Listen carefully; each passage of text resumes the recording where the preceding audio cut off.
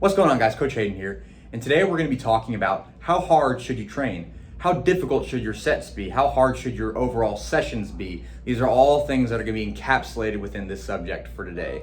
But before we get into it, we first need to establish some kind of understanding of how we structure a program. When you come to the gym and you want to prioritize strength, muscle gain, whatever it is, we need to have some kind of battle plan coming into it. And in order to do that, we need to discuss some exercise programming terms. We're not going to get too deep into the weeds on this one, but we're just going to establish some kind of base understanding.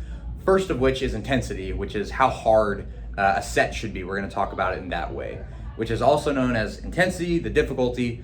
You can think about this in terms of weight on the bar, what is known as external load. You can also think about it in terms of how many reps you are away from failure. And if you've been working through any of our programs here at Steel right now, you know that we have a system for that known as RPE. We have other videos on this, you can go and check those out, but that can be another way to understand exercise intensity. Two other variables we discuss are volume, which is the total amount of reps performed per session, per week, per month, or even per program. Really depends on how you want to section out that amount of time, but that's what volume is. Frequency, it's just our third term, is how often you train during the week. So you might train twice a week, 3 times a week, 4 times a week, even upwards of that can be appropriate for certain people. But that's how we understand frequency.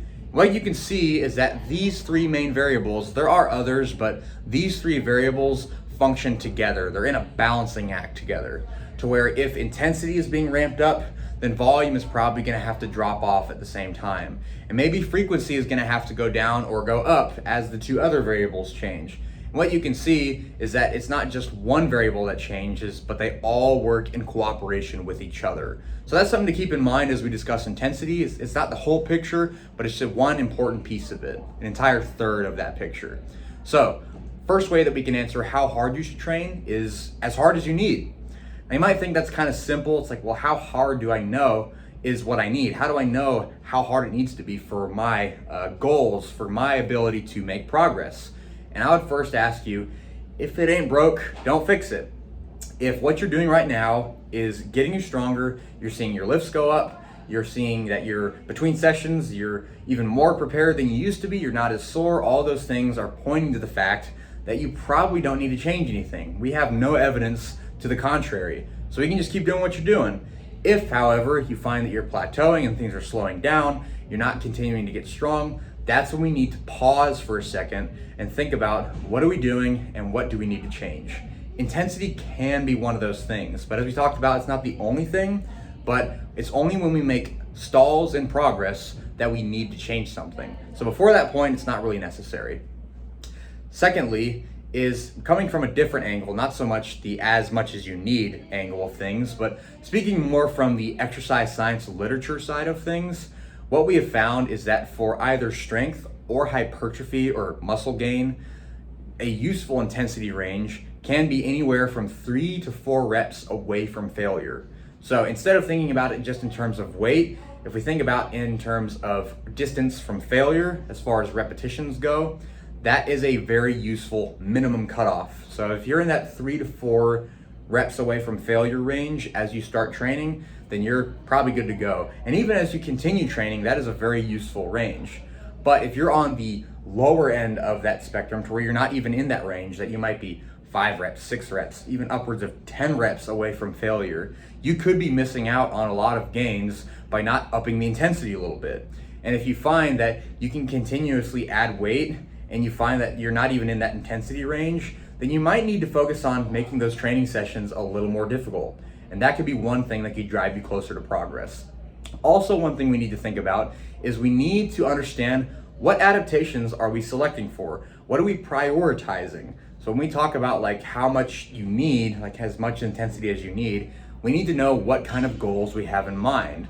So when we talk about that 3-4 reps away from failure range, that has a general application to most contexts, but we need to take into account what you're doing right now, which transitions into our last answer being, where are you right now? Where are you in your training history? Did you just start and have you been training for several years? These are all things that will factor into that.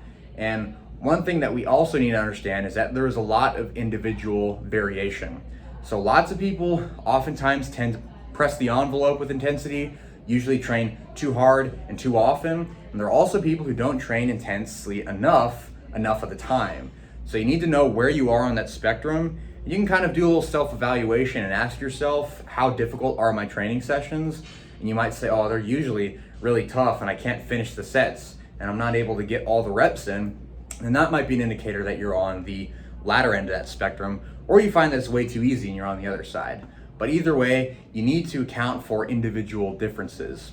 And so just discussing all of these three answers, let's think about a program. So let's step back from this subject a little bit and let's think about a sample program.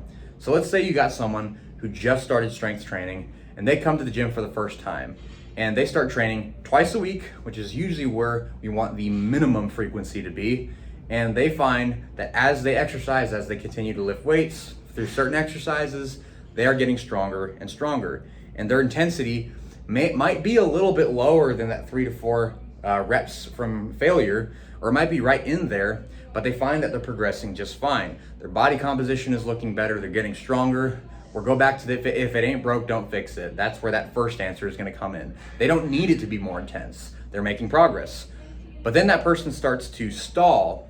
They begin to reach a plateau to where we need to get a little more creative with the programming decisions. And in that case, we might introduce some different exercise variations, different rep ranges, and different levels of intensity, because you can't just continuously add weight for the rest of your life.